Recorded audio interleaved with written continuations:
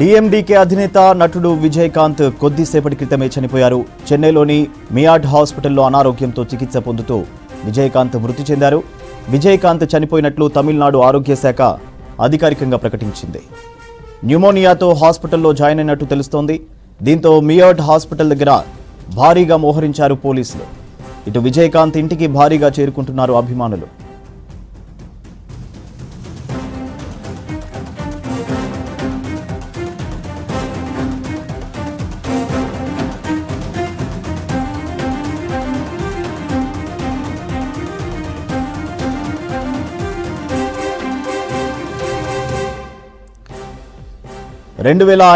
September 14న DMDK పార్టీని స్థాపించారు విజయకాంత్.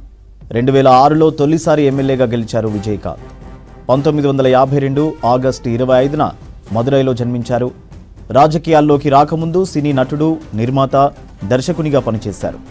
దాదాపు 100కు పైగా సినిమాల్లో విజయకాంత్ నటించారు. ఇనిక్కుం ఇలామైతో నటుడిగా సినీ రంగంలోకి అడుగుపెట్టారు విజయకాంత్.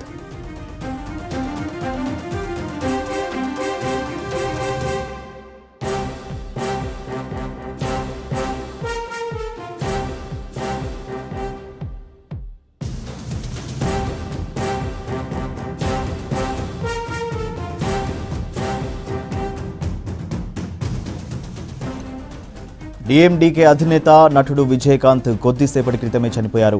చెన్నైలోని మియాడ్ హాస్పిటల్లో అనారోగ్యంతో చికిత్స పొందుతూ విజయకాంత్ మృతి చెందారు. విజయకాంత్ చనిపోయినట్లు తమిళనాడు ఆరోగ్య శాఖ అధికారికంగా ప్రకటించింది. న్యూమోనియాతో హాస్పిటల్లో జాయిన్ అయినట్టు తెలుస్తోంది. దీంతో మియాడ్ హాస్పిటల్ దగ్గర భారీగా మోహరించారు పోలీసులు. ఇటు విజయకాంత్ ఇంటికి భారీగా చేరుకుంటున్నారు అభిమానులు. 2005 సెప్టెంబర్ 14న డిఎండికే పార్టీని స్థాపించారు విజయకాంత్. 2006లో తొలిసారి ఎమ్మెల్యేగా గెలిచారు విజయకాంత్. 1952 ఆగస్టు 25న మదురైలో జన్మించారు. రాజకీయాల్లోకి రాకముందు సినీ నటుడు, నిర్మాత, దర్శకునిగా పనిచేశారు. దాదాపు 100కు పైగా సినిమాల్లో విజయకాంత్ నటించారు. ఇనిక్కుం ఇలామైతో నటుడిగా సినీ రంగంలోకి అడుగుపెట్టారు విజయకాంత్.